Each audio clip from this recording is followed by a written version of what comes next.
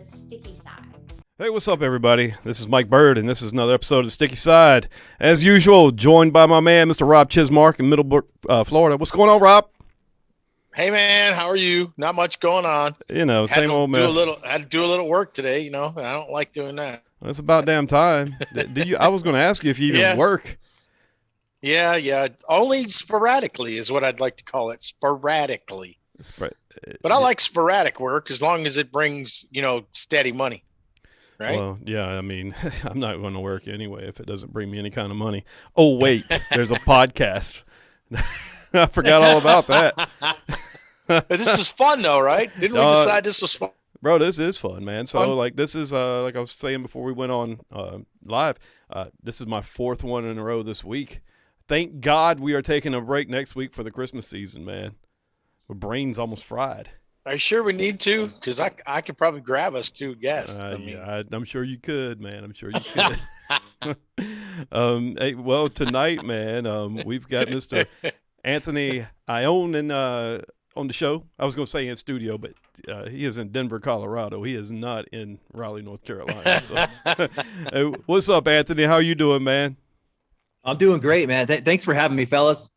Nah, man, great. Rob Rob said we could get Anthony on, and I was like, oh, I'm not going to lie. I didn't know who you were at first. But then I went back and I checked because, I've been out the game for a little bit, man. Yeah. We talked about bye years on our last podcast. I had 2 bye years. I took a couple of years off, and I just got back into it. So, yeah, man. There's a lot of people in the cornhole world, man. It's tough to keep up with everybody. God, man. It's crazy. Anthony, though, you've made that unbelievable transition. You've gone from a guy in the field, throwing bags, beating the heck out of people, to a guy who sits behind the microphone now. You're the ACL's probably one of the top analysts in cornhole in the entire world, and you work for the ACL now. That transition's been awesome. So Mike wouldn't have, Mike with his 2 bye years, he didn't even see Anthony Ayon as a player in all the analysis that you put into the game. Just remember, just on you're on the way to one of your games at a national, and you're changing bags to go to something stickier because you knew that player was going to throw everything in the hole. They were going to slide everything. So you felt like you had a better chance by throwing up a block. You grabbed them bags and you went on the way to your court. And I think it was Cheyenne. So I can't remember exactly what the outcome was, but Mike would have never even gotten to see the Anthony, the player. Tell us about Anthony, the player, a little bit. Yeah, well, I like to think I'm still a player. I'm definitely not. I'm not hitting it as hard as I used to, which I do miss. I was a big nerd player. Mm-hmm. I was the guy that was watching a ton. When I would go to a tournament, I'd probably watch 3 times, 4 times as many matches than I actually played. Just really enjoyed the science behind the game and how people were able to do certain things and why they would make certain decisions, and people that were open to talk, bounce ideas off, like, how you doing this? How you doing this? So I've really consolidated a bunch of that information. And so that's the player I was, more of a student player, if you will. Yeah, you're pretty good though, man. So I was watching your videos. You've got a YouTube channel, Cornhole Science. God, man, it's like 5.48 thousand subscribers. Congratulations on that, because anybody that's in the YouTube world knows how hard it is to get subscribers, because people will click on a video and you'll get a view, but it's hard to get people to commit and click that subscribe button. So you found a way to tap into that. So that's pretty cool. But I watched some of your videos, and you got some skill too, man. You putting the bags in the hole. Yeah, I appreciate that. Yeah, it was just kind of one of those things where it's like, locally, as I'm building up this knowledge, working with my local guys, people kept coming to me asking questions. And then as new people would come in, it kind of became the thing. Hey, just go talk to Anthony. He'll get you kind of going down the right path. So I kind of enjoyed the teaching side of it too, and then by teaching other people, by explaining it actually helps you to process it a little bit better. And then it got to the point where it's like, people were messaging me and it was like, man, I think this is information that all of cornhole might benefit from. So I started the Cornhole Science Facebook, and that blew up to, that one's pushing almost 8,000 followers on there as well. And that blew up in the DMs. And then I started analyzing people's videos. They would send me videos. Hey, would you mind breaking my, my swing down? And so I was just doing that because of the love of the sport. It actually, people are really grateful and people started to get better. And so I don't know, that's kind of where it came from. And then I started dropping more and more videos I would love to do a lot more of those, but they take a lot of time to put together and produce, I mean, you're here producing a show and, just wanting and being a perfectionist, wanting it to be good and clean. And, what would be fun is if I had like the outtakes of me doing some of these videos of messing up a script and the cussing and they're like, the final product looks good, but there's a lot of F-bombs in the background. I bet, especially like all those shots you have to like make. Like I was watching the airmail tutorial today and you've got your bag in the front of the hole, your opponent's bag in the back, almost off the board. And you ended up making your airmail from your hand hits your bag on the board, makes that and knocks the opponents off the back. You didn't do that in one take. No, and I wasn't even trying. So the shots are actually the easy part. That shot was luck. That was pure luck. I was like, whoa, I didn't expect to see that happen. We might as well talk about it. But yeah, the shots are the easiest. I pulled the shots together in probably 30 minutes. It's writing the script and saying it clean. That takes the hours, and then pulling it in and cutting it and getting it all good. It takes a lot of time, man. Come on, Anthony. You just don't want to go like ad lib stuff like I do and just ramble and like say dumb shit. Sometimes I can't do it. I just want it to be perfect. I don't know. No, I got you, man. It looks real good. I mean, you got a nice thing going there. I appreciate it's not science if he talks like us. I mean, if he just does the things that we do, it becomes not science anymore. You examine people. They send you videos, right? And you examine their throw and you compare it to like top pros. Like I saw one where you were comparing who was it? It was either maybe Birchfield or a King or Yeah, you were comparing their forms and a lot of it made a lot of sense to me, like the arm straight, right. It's like if I bend my elbow when I throw, I'm definitely off. My accuracy is not there, but if I keep my elbow straight, I throw a straighter bag. And it helps, man. It really does help. Yeah, I agree. I think there's something there, and you see Derek King doing it now, where he's working with a lot of players out into the field. He's doing a really good job. I actually sat through one of his sessions as well, because you can learn something from everybody. I'm not going to sit here and say I know everything about cornhole. So I was like, I want to go to DK's class. So I sat down with DK for, I don't know, maybe an hour or so. And we went through some of his stuff and he asked some stuff from me and we kind of bounced some ideas off. So yeah, he's kind of breaking the mold, if you will, on the training side of the game or the education side of the game, like myself. And he's helping a lot of people. Well, I want to send you a video of my throw and see if you can help me. I don't hold it a butterfly grip. When I first started playing cornhole back in 2012, I started with, I was throwing the end over end bag. Then I started with a butterfly grip because I was going to blind draws and watching all these people play. And I was like, okay, let me adopt that. So my bag got flatter. But then a friend of mine named Toby Smith, he's a OG cornhole player back in the day.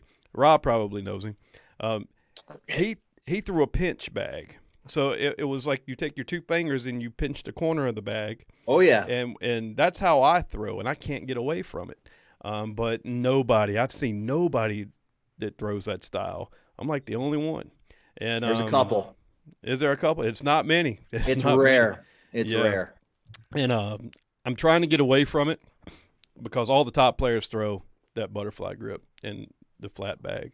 And it's just hard to break those habits.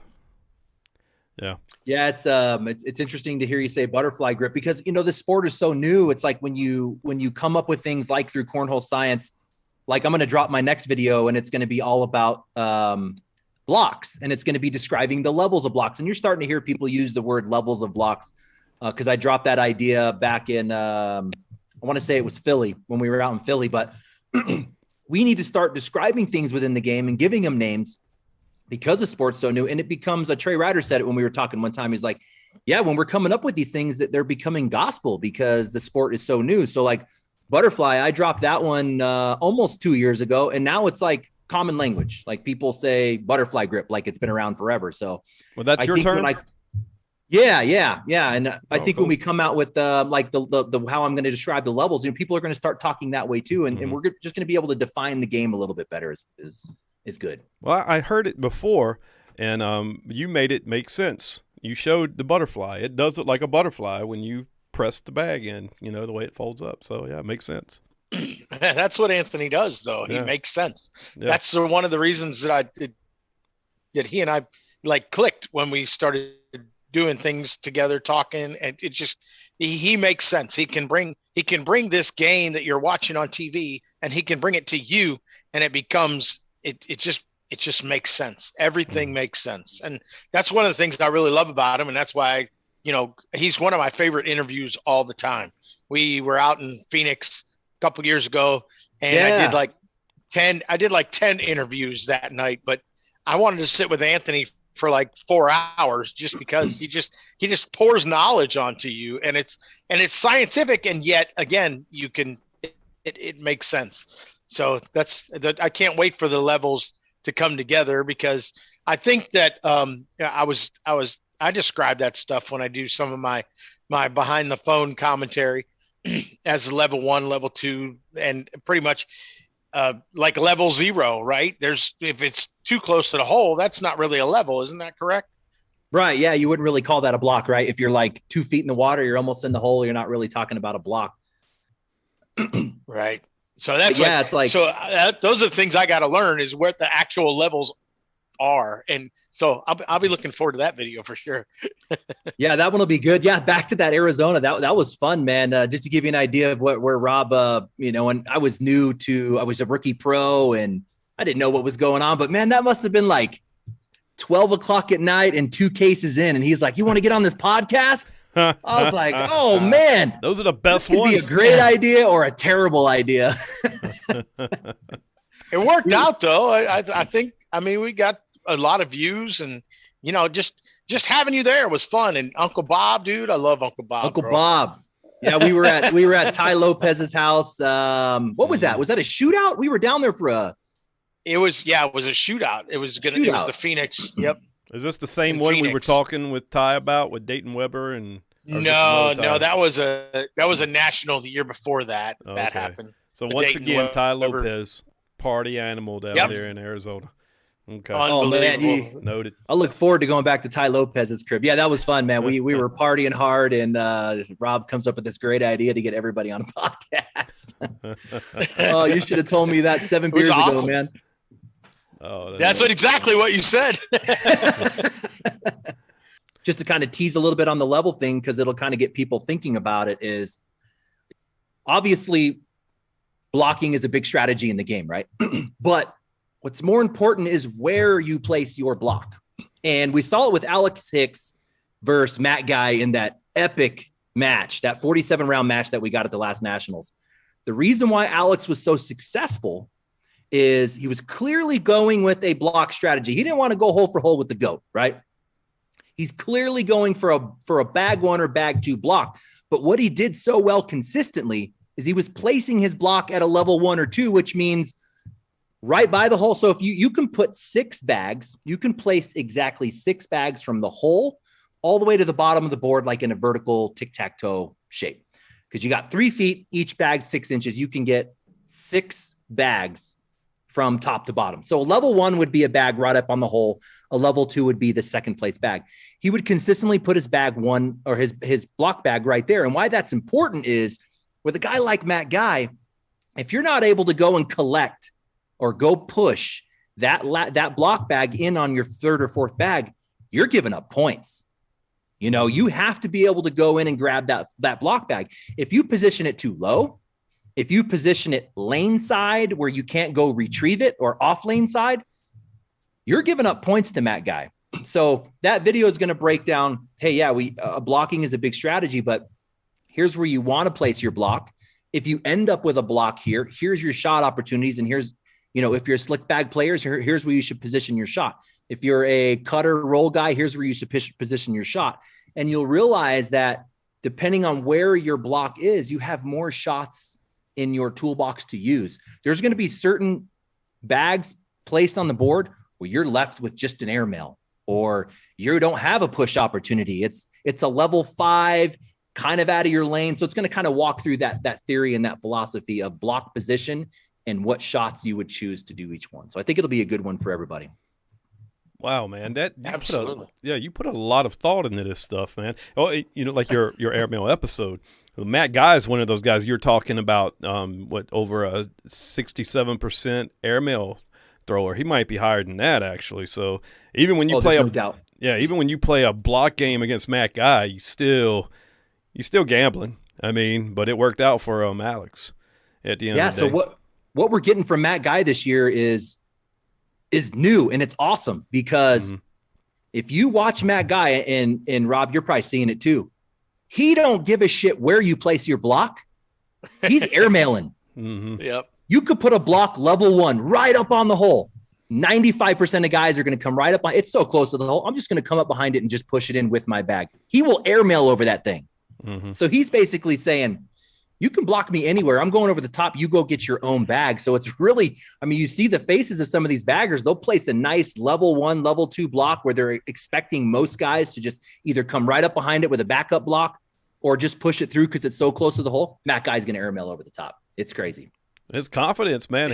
He's always had confidence, but his confidence this year is like, wow, can't mess with him. Did you see his? Did you see that airmail ghost game, Rob? No, I missed it. He just did it today, right? Yeah, I think it was recently, last week or this week. But he did like a ghost 10 all airmail, and he won like 21-4 or something. Yeah. Can you explain for our listeners that don't know what a ghost competition is? Can you explain what that is? Yeah, sure. So it's a good way. So when you're shooting bags by yourself in practice, it gets boring just throwing bags on an empty board with no really scoring or idea behind it.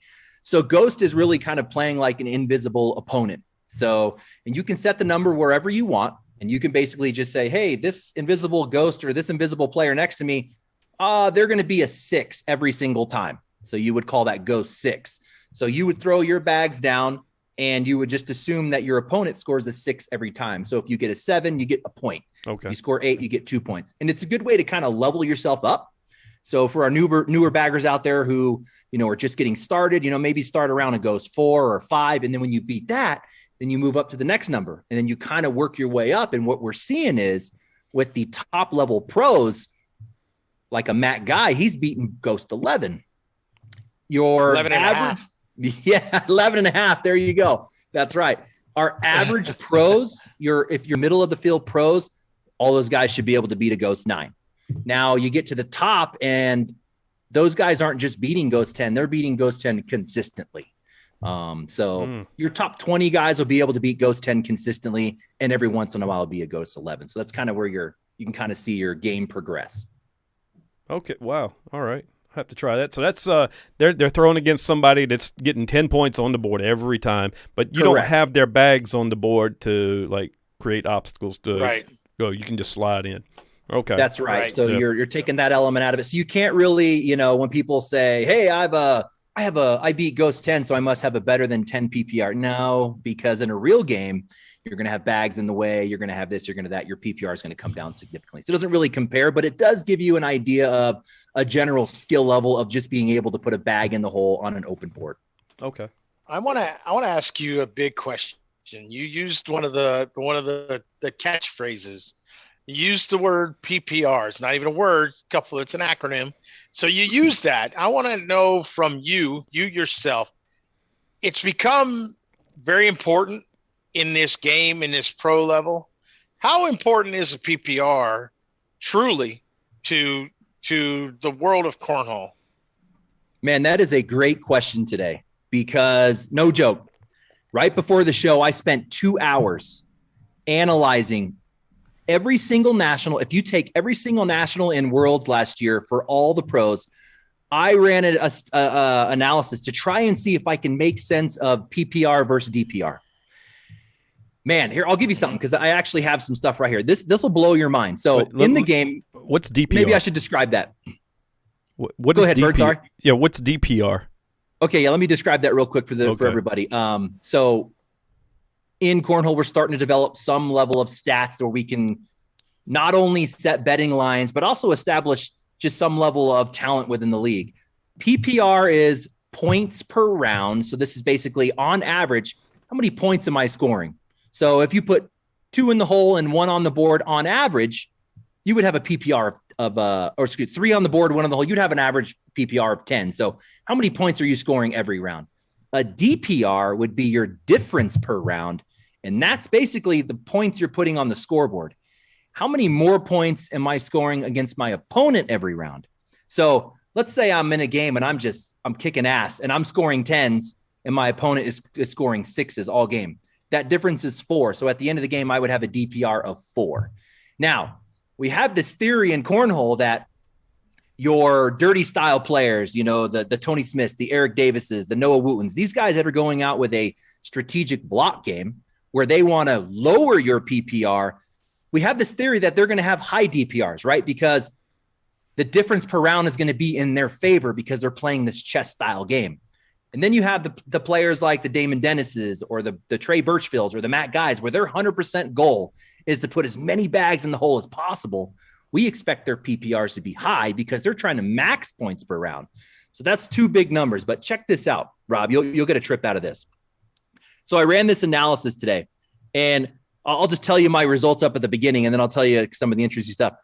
I couldn't find anything. I mean, I was dipping into my old school like engineering classes. So I'm an engineer by education and trade. So I'm really like going back into like running plots and graphs on data and stuff. I ran all this stuff and I couldn't find anything significant that basically said PPR was better or DPR is better. And that's the real big question in the game right now is strategically, should I be just trying to chase the hole as much as possible and score as much as I can? Or am I better off playing a chess style game and putting a bag in the way and then playing off of that where your DPR comes into play? But check this out, Rob. Let's take Devin Harbaugh, for example. Number 8 in the world last year. Finished the season off number 8. And you know Devin Harbaugh and his style game. Rob, what would you expect PPR and DPR? I mean, what would you expect out of a Devin Harbaugh? Where is he going to be successful? I would think that his DPR would be what made him successful. So 100%. He's throwing a sticky style but bag. I would say that right. And I would say his PPR is probably somewhere around at 9.7. And his DPR is probably somewhere about a 0.88. Right. And I haven't looked at anything, so I don't really know, but that's what I would expect. So I'll just simplify it for everybody and the viewers.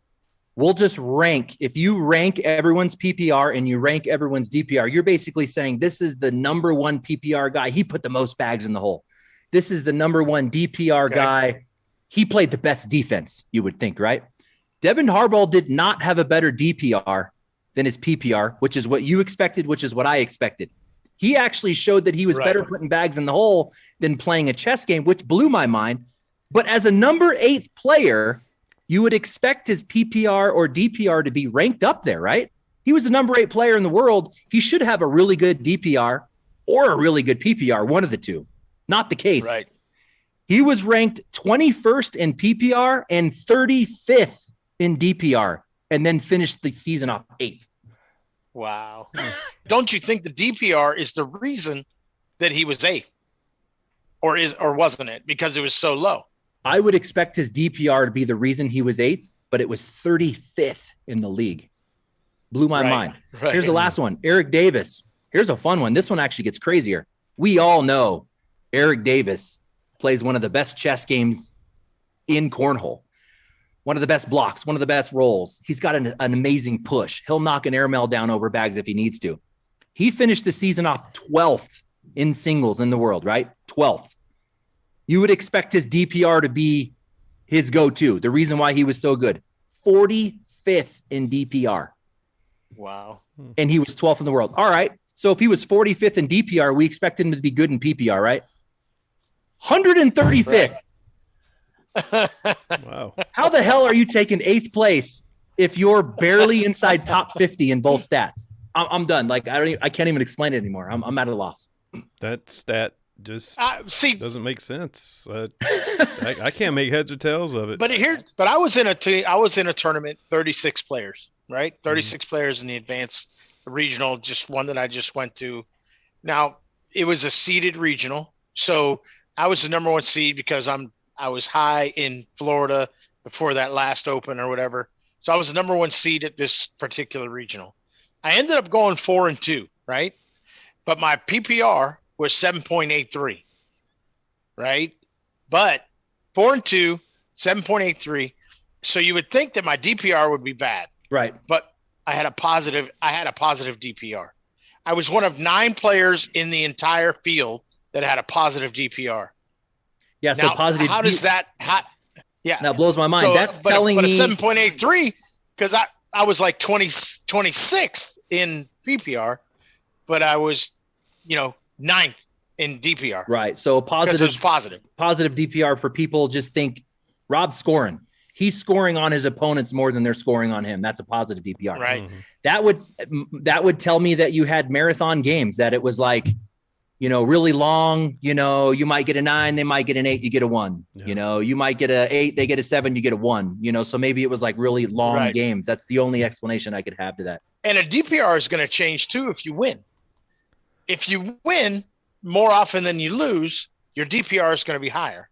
It's got to be positive. Because you scored, you scored 21 before they did. So your DPR is going to be higher. Well, unless you had you lost 21-0, and you had a really bad PPR in a game that could jack you up. Oh my God. Right. Who keeps up with all this crap? I have to. Anthony Ayon. Wow. My God, my mind's blown just listening to y'all talk about it. I had an issue trying to get the score pad to work. Yeah, the game's changing, man. The game is changing. Are you going to be in Myrtle Beach, Rob? That's going to be New Year's. I'm thinking about it. Well, I saw that there's absolutely no teams for the U.S. Open.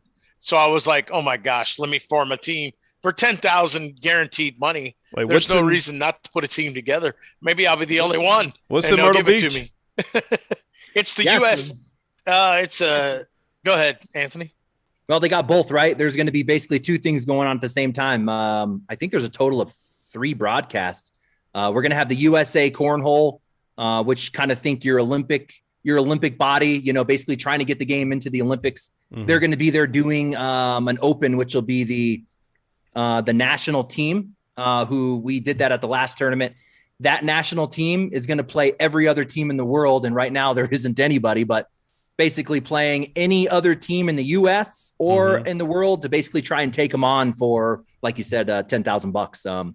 And then the ACL is going to have their college, their big college tournament out there as well. So cool. I'll be doing the a couple team, Rob. I'm down. Throw my bags.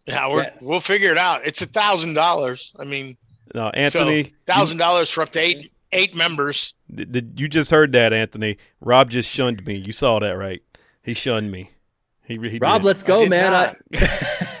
I would love to call one of your matches, man. I'll be doing the NBC broadcast for the USAC again. That would be crazy to call one of your matches. There's Rob Chismark off the back of the board again. Wow, it caught the inside corner of the hole and boom, bounced off the back. Rob's in a funk. Did you ever notice that you do know that the object of the game is to throw the bag off the board, right? I didn't know if anybody knew that. I mean, I remember Matt Guy trying that. Right? Matt Guy tried that strategy against Damon Dennis at the Nationals. You remember that? I saw that. Yeah. Oh, the ending of that was crazy. 4 rounds in a row, or yes, yeah. I think it was like I don't know, 3 or 4 bags. That was nuts. It was crazy. You kind of answered this question earlier, Anthony, but what's your background? I mean, you said you're an engineer.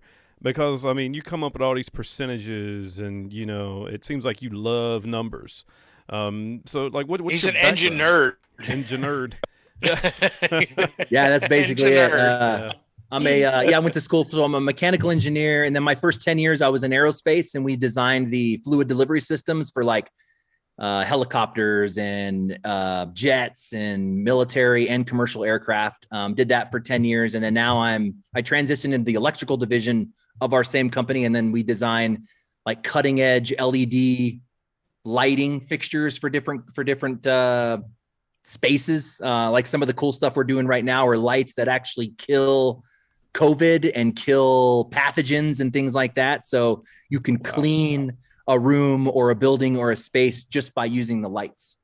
It's pretty crazy. How do you have time to do that? And you're doing like 12 hours a week just in ACL commentating. It's tight, man. It's definitely. He's got 9 kids too. So. Yeah, I got 3 kiddos too. Yeah, it's tough. Yeah, it's tough. Bunch. I get up early. In the morning before everyone else gets up, just so I can practice, because I want to stay at least. I want to keep my game at least decent. You know. So when did you start playing? Like, what got you into it? Yeah. So this is kind of a cool story. 2017. So I haven't been in it long. I've only been in it it'll be 5 years in January once we turn the clock. So almost 5 years. The Denver Nuggets is our local basketball team. And my uncle, Rob mentioned Uncle Bob earlier. He was my pro partner in the ACL last year or the last 2 years. He was like, hey, we didn't know anything about cornhole. He was like, hey, the Denver Nuggets are going to be doing this cornhole tournament. You want to go check it out? I'm like, man, okay, it sounds fun.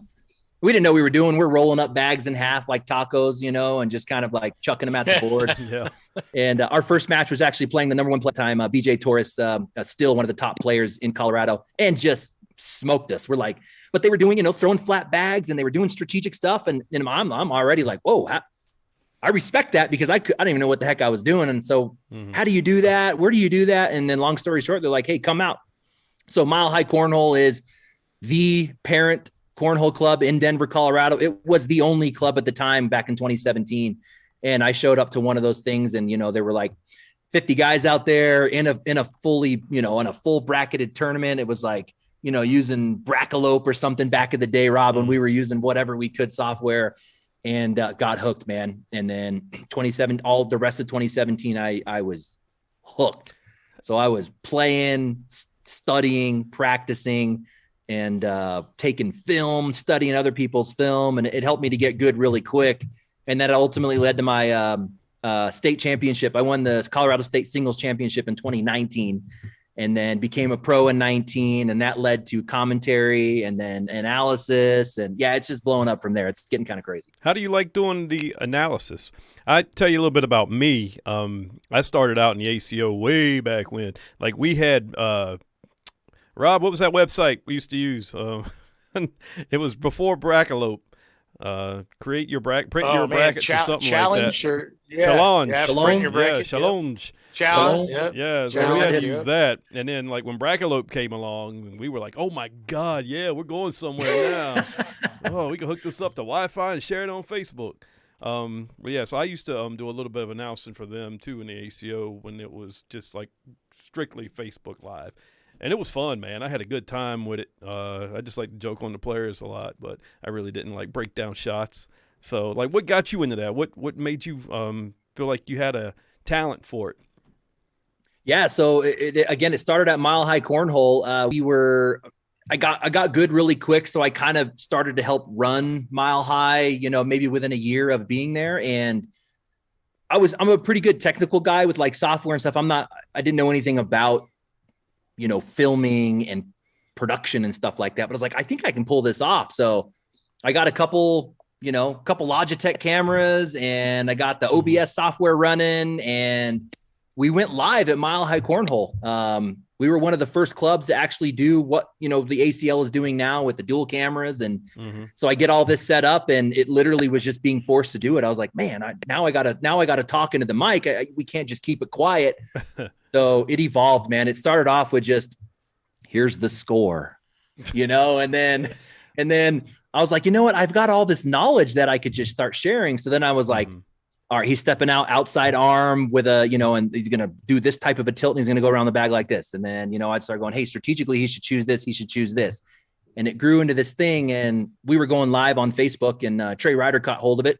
And I was a pro at the time. So when I showed up at one of the tournaments, he was like, hey, really like your stuff. I think we can do something. He's like, what do you think about getting on ESPN this weekend? And I was like, oh shit, this is a little different, but yeah. So it just evolved from there. It was one of those things where it's like, I'm not going to say no, because there could be something cool that could come out of that. So I was like, even though as unprepared as I was and as nervous as I was, I said yes and just did my best. And now it's evolved into what's happening today. So I'm doing the NBC commentary for USA Cornhole, and I've done 4 of those, and then I'll do the 5th one in Myrtle Beach. So it's and that's fun. It's really fun to do. Awesome. And you said that's New Year's, actually. Correct. New Year's Day. Yeah. Cool. New Year's Eve. New Year's Eve.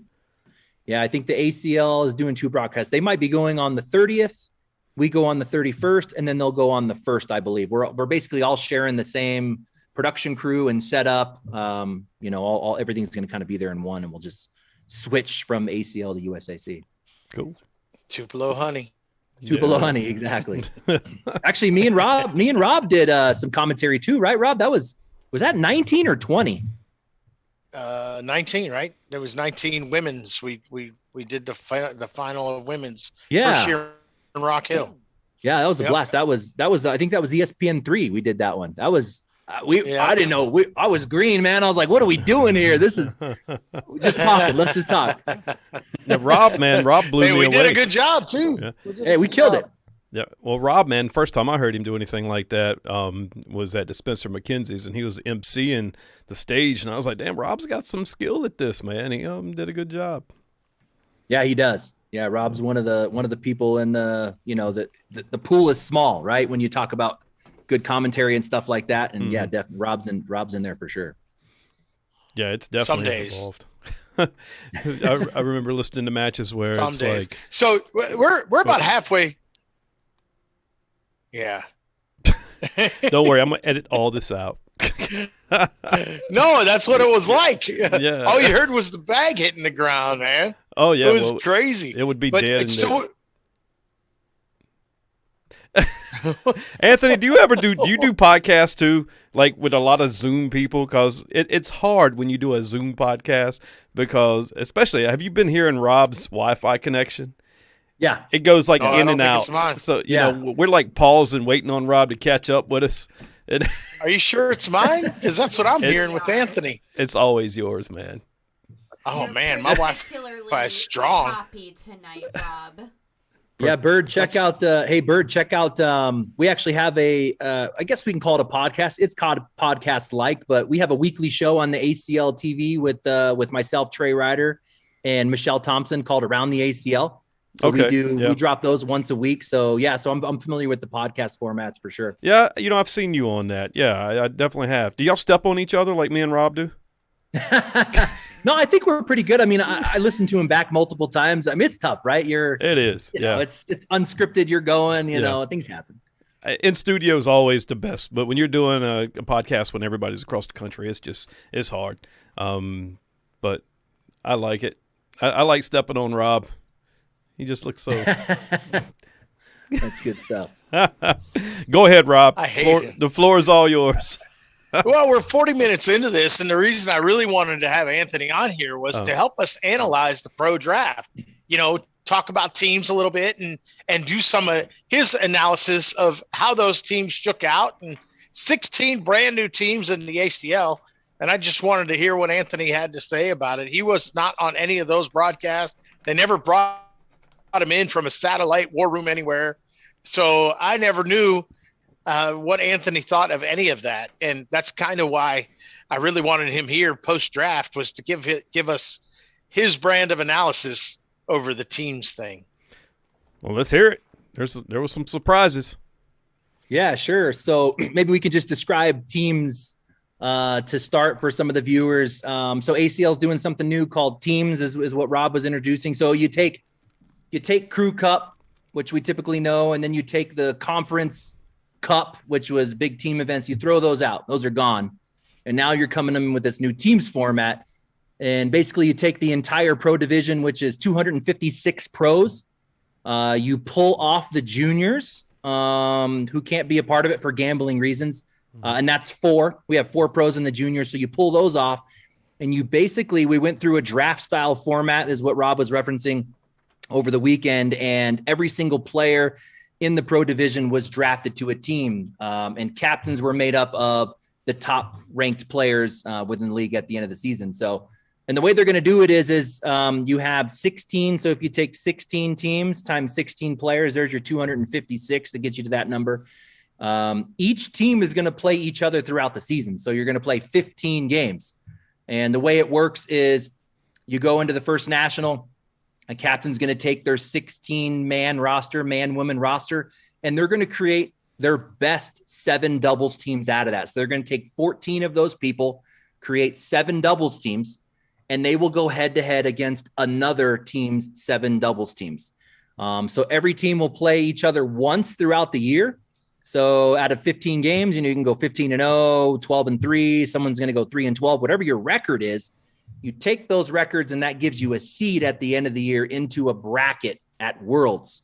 Every team will go in, so it's not like from a playoff perspective, everybody makes the playoffs. You get seeded, and then you run that down to the end to basically have a best team of the year. And there will be quite a money attached to that. They're still trying to work that out, from a sponsorship perspective and whatever that number is going to be, but it's going to have a decent number attached to it. So from the draft, like Rob was saying, some teams definitely stood out, and I looked at them a couple different ways. We talked about PPR earlier. PPR does not tell you the whole story, just like Rob was saying earlier. You could have a player who has a really low PPR, but does a really good job of playing defense and scoring and still win. But it does tell you a portion of the story. The carpet, just to give you an idea of where PPR, the top ranked team had on average, their team was averaging a 9.2 in PPR. So that means some were really high 9s, some were mid lows, but on average, they were a 9.2. And then the last ranked team, which ended up being, let's see here, I have this stat here, which ended up being the Rollers. Sorry, I just had to refresh my screen there, which ended up being the Rollers. They were averaging barely an 8.8. So that doesn't seem like a lot, right? You're like 8.8, 9.2. That's only 0.4. That's not a big deal. That's a huge deal. If you take a 9.2 player and an 8.8 player, you're going to get a completely different skilled player. So just from that perspective, the carpet burners really stood out for me, as well as timber. They were really, really close. One was like a 9.2 and one was like a 9.18. So from a PPR perspective, and this will be good fun to look back on later, Rob, to go, hey, did PPR matter? Did PPR really matter against teams? Right. How well did the Rollers do having the lowest PPR? And here's the twist, guys. That no one's really talking about. We haven't really talked about this. The matchups, when you get to the board and you're playing your next team, the matchups are random. So Ryan Smith, who took Matt Guy in the first round, let's say they end up being partners, arguably one of the best doubles teams, they could end up matching up against another team's number 15 and 16th pick. So you could have the best team play the worst team just by accident, because it's all, there's no setting it up. And that just completely changes the odds. So your best team basically burned a win against their worst team. Now the rest of your team has to come through. So that's going to completely change everything. So now talking about how well teams paired up their doubles, which we saw with Brett Guy's team. He did a really good job of going down his picks and really picking doubles partners. If you look down the left side of his picks, which is his main 4 teams, he basically picked everyone's partner. So you got a lot of chemistry there. You got a lot of familiarity there. But really, it's going to come down to how the matchups shake out. Have you thought about that one, Rob? What are your thoughts on that? I didn't realize that they were going to do it randomly. I thought they would let you put out whoever against whoever, that you'd win a flip and then you'd put your first team out and see how that would work. I didn't know it was just going to be a random matchup against the Rollers versus the carpet burners, and then boom, it goes out however. I didn't realize that at all. Yeah, it's random. Basically, if you can think about like a theoretical roster card, you basically put your teams in board 1 through 7, and you can arrange them however you want. The other team puts their teams in board 1 through 7, and then however those matched up, they call you to board 1. So it's really luck how those match up. That's pretty cool, though. I like that. So that doesn't some strategy go out the window then? I mean, there's no way to create a strategy in that. Here's my only thought on this, and I haven't really put too much thought into it, but like first thing that comes to mind is, what if you leveled all of your teams? Meaning don't have a really strong team and a really weak team. Maybe put your best with your worst and all the way down. That way you kind of have leveled teams, and then you go in and you're The random might help you a little bit, but you're not going to win the top. You're not going to win their best player, but you're going to win in the bottom because you should win the last seed team because you leveled. You took a good player and a bad player. You should be able to beat 2 bad players. So my only thought is to level your team and then hope for the best. Because if you really top heavy it and you don't get the matchups you want, you lose every game. Well, do you have a favorite right now? If you look at all the teams, can you look at 1 or 2 teams and say they're going to be at the top at the end? I do. I like Timber, and that's Steven Bernasette's team. Just from a putting bags in the hole perspective, they're really solid. They're second at the top, and then just the way that his team laid out, I really like how the players are matching up. You've got kind of a mix of defensive-minded players as well as offensive-minded players, and those defensive-minded players are good. We're talking about, like a Tony Smith and a Tay Harris and Victor Glass. We've got these elite level roll bag type players on that team. So yeah, I really like how that team shook out. By the way, do you have a favorite? Well, by the way, your roll bag tutorial, 57,000 views. Insane. You think people want to learn how to throw that roll bag? Yeah, that one blew up really quick. It hit like 40 or 50,000 in 2 weeks. And it came out at a good time. I put it out because it was the talk of the town at the time and everybody wanted to watch that one. And people want more. We could do way more of those. And that was actually good because I reached out to Tony Smith, Eric Davis, Hunter Thorne, who was, one of the better throwers out of Cali at the time, Tay Harris. Who else did I reach out? Noah Wooten. I reached out to those guys and they were really, really gracious with their information. And we kind of consolidated some ideas. So what everybody saw there was those 3 guys just kind of giving me information, but really I shouldn't say everyone does it differently. Everyone does it just a little bit differently. Like Tony Smith's going to do it a little differently than Eric Davis, how they approach that roll bag. So yeah, that one was a hot one, Bird. Yeah. Yep. I watched it a couple of times. And I plan on watching it when I go outside to throw. I got to learn that roll bag. Yeah, I'm actually working with Duncan Clemmer. Hit me up on the side, and he wants to do a little collab on some roll bag videos. So maybe we have some time to put some, and that would be a great guy to put some content out for the cornhole community. One of the best roll baggers in the game, to kind of put not just one roll bag. And that's the thing at like a Duncan Clemmer's level, he doesn't have just a roll bag. He's got versions of roll bags. He can bounce a bag without rolling. He can cut from right to left while rolling. He can roll over tall piles. He can run long. If you have like 3 or 4 bags lined up in a row and he has to run over what I would call 3 levels of bags, he can run rolls long. So he's got different versions as well. So yeah, it'd be good to share that information. Before you get back to that, I got a funny story about Duncan Clemmer. So me and my boy, we like to headhunt these tournaments back in the day. We're like, oh, there's a local tournament like an hour from here. There's nobody going to be there, but it's a guaranteed payout, $200. Let's go snipe it. We show up, and it's all no-name people except for Duncan Clemmer and his partner from Charlotte. They drove 2 hours to come out there and play. I saw him. I was like, you got to be shitting me. Because my partner, he was just an average player. So, and it was a single elimination tournament. And we got him in the first round. And I was like, man. Yeah. So let me tell you, it was a long, silent drive back to Raleigh. But that was fun. That's awesome. Yeah. So I guess, Anthony, to answer your question, a favorite, I really do like the way Brett put together natural doubles teams. The fact that this is going to be a doubles matchup, this whole team event is going to be doubles. I really like the way Brett put together natural doubles teams. So I feel like to me, just with the chemistry, he's a favorite for me. 100% in chemistry. Yep. And that was the thing. It was like, how are people going to draft their teams? Is it going to be chemistry? Is it going to be who's got the best PPR? Is it going to be bag types? Because we all know how a bag feels in your hand is really important. Are you going to start pairing up people based on bag types? And we saw everything. We saw like a Ryan Windsor go with, he picked veterans early. He wanted really experienced players. And then he went to some of the hot new rookies at the bottom. And I'm looking at your team right now, Rob. You got 8 rookies on your team.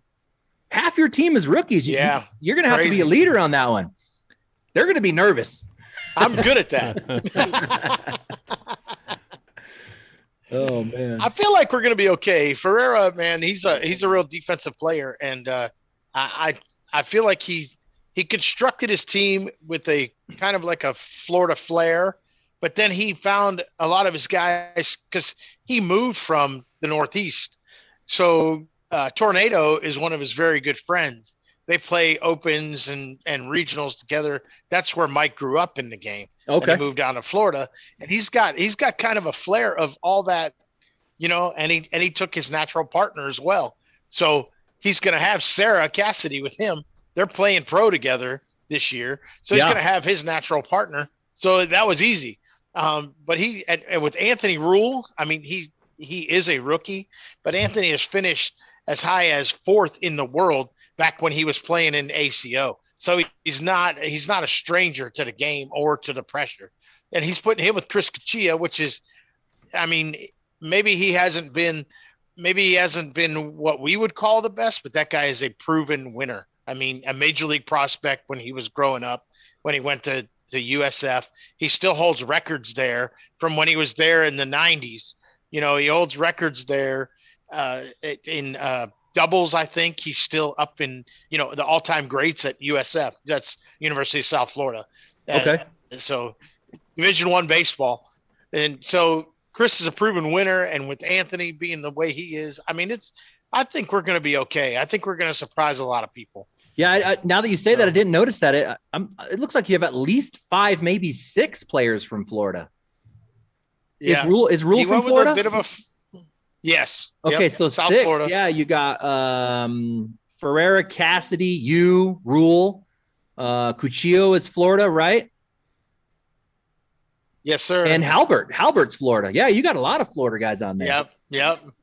And Halbert might be a rookie, but he is also a past world champion here in the ACL. So, we can't call him a rookie. Yeah. I agree. But he is. I agree. Right. So, and Halbert, I mean, wow. I mean, we got a pretty stacked team. Halbert's going to be one of them guys that's going to contend for the singles championship this year, regardless of whatever, no matter how many years he's got under his belt. So, the other thing we haven't talked about, I'm Rob. looking forward to the team's event. Yeah, the other thing I was going to just mention to kind of sum up the teams is there are 4 teams that still need to grab a pick out of the PDC. So we talked about the 4 juniors. Yeah, the 4 juniors that weren't allowed to be picked. Those teams are now going to be able to pick 4 players from the PDC, and there are some gems in there. I mean, oh my gosh, yeah, not players a 16th, that missed.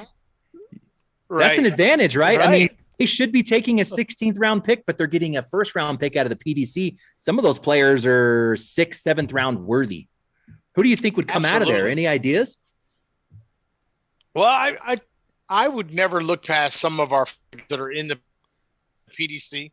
We definitely have Ryan Johnson, who might not have the highest of PPRs or things like, but the kid knows how to win. He's been one of the best players in the state of Florida plenty of times. He's got big wins in his career against, big players. So I would look, if I had one of those picks, I would look at Ryan Johnson. I'm not really familiar with the rest of the 32 that are in there, but I know that Brianna Close is sitting in the PDC, and that girl can play. So, there's, and I believe there may be 1 or 2 state champs that are sitting down there as well. That weren't able to make pro, or they went back to the PDC. What do you think about like a Trevor Brooks, who's actually been on ESPN before? He's in the PDC. Trevor's a solid player. Trevor's a huge pick. That would be a huge pick, especially if one of those if any of those teams have Berkeley, if any of the supplemental teams left have Berkeley pair on their roster, right? That's a natural pairing. Well, I'm kind of shocked. I'm kind of shocked Trevor didn't get in on an application to be a pro. I mean, he's been top level ever since I've known him. He's always been in championship matches. He played with Jamie Graham a lot back in the day. They came up together. I mean, Trevor, man, he's pro level. He can beat anybody, He just has bad streaks, just like everybody does, But Trevor, man, he can run with the best of them. So he'd Yeah, there's definitely no be doubt. my pick out of there.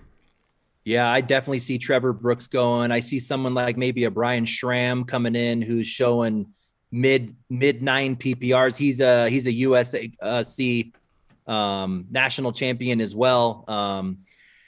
Yeah, you got some of the Cali boys. You got like Mark Lopez out of Cali who almost won to get in as a qualifier. I think the story was he made it to the finals, Rob. You know how we did the conference qualifiers to become a pro?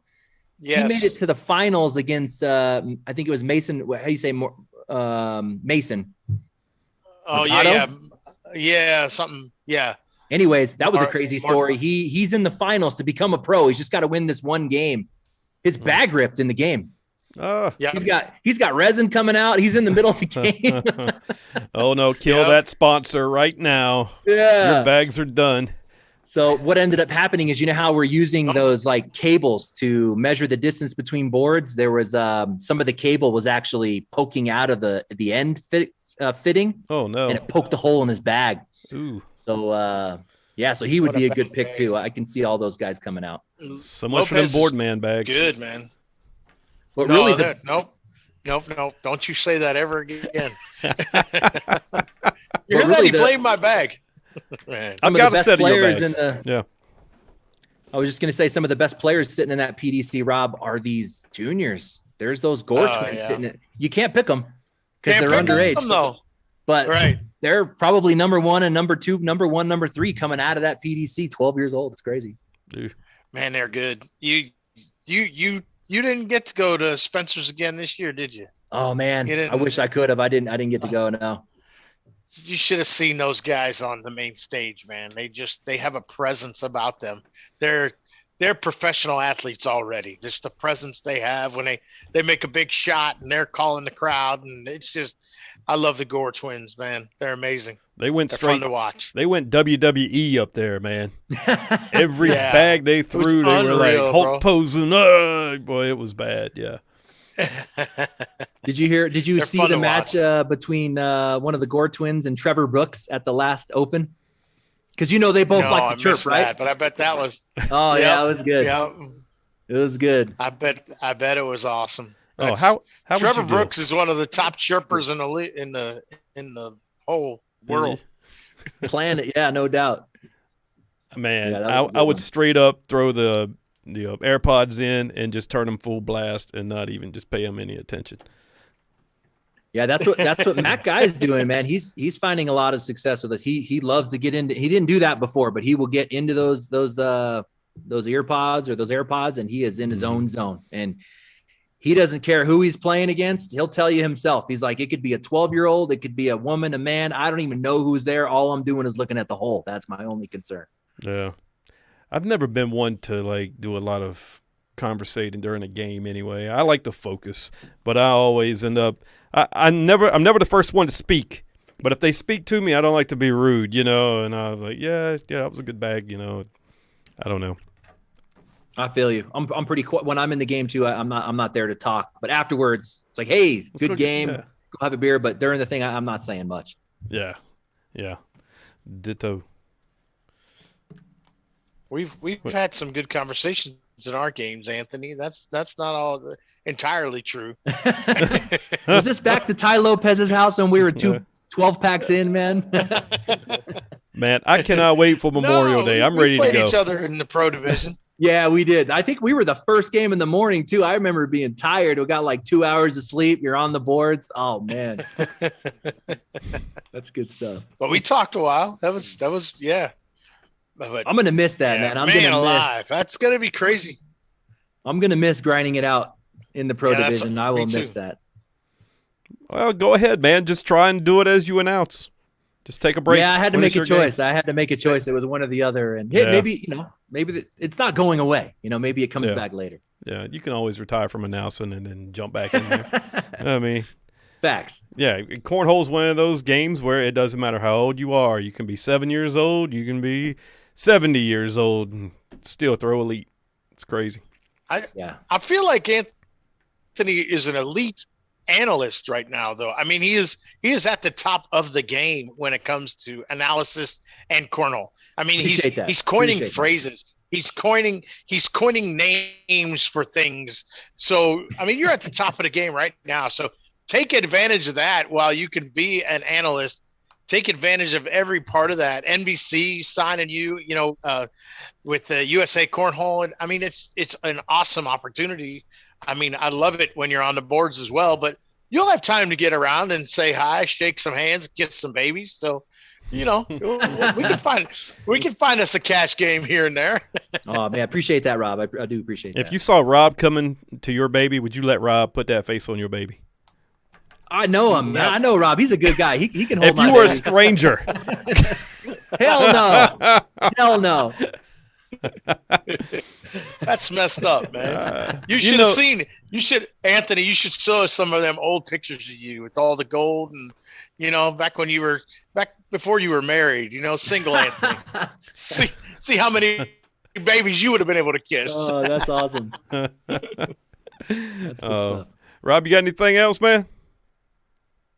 No, man. We got to get Anthony on again though as this season starts to progress. Yeah. To get closer to some of these USA Cornhole things, we got to get him out here and get him talking. I like Anthony. Yeah, I like Anthony as a regular guest somehow. We got to figure that stuff out. Oh, he's too busy for us, man. He's got 12 hours a week with ACL right now. What's one more hour? Come on. What's one more? Man, it might be too much. Hey, how's the weather out there in my old stomping grounds? I used to live in Colorado for 9 years, man. Is it? Yeah, you were saying you were down in Colorado Springs, right? Yeah, right up. What was the interstate? 15 or 25? Yeah, 25. Bird, yeah. We had a weird year this year. It didn't even snow until like a week ago. Oh, wow. So we typically get our first snow October, Halloween at the latest. I mean, we went into December and it was like staying hot. It was like for us, 65 degrees, in December is insane. Beautiful. It was really nice. It was nice. But yeah, it was like, what is that? The world's coming to an end. It's not snowing. It was weird. I miss it, man. The landscape, the mountains out there, everything's flat. You can see for miles. Yeah, Colorado, man. I loved it.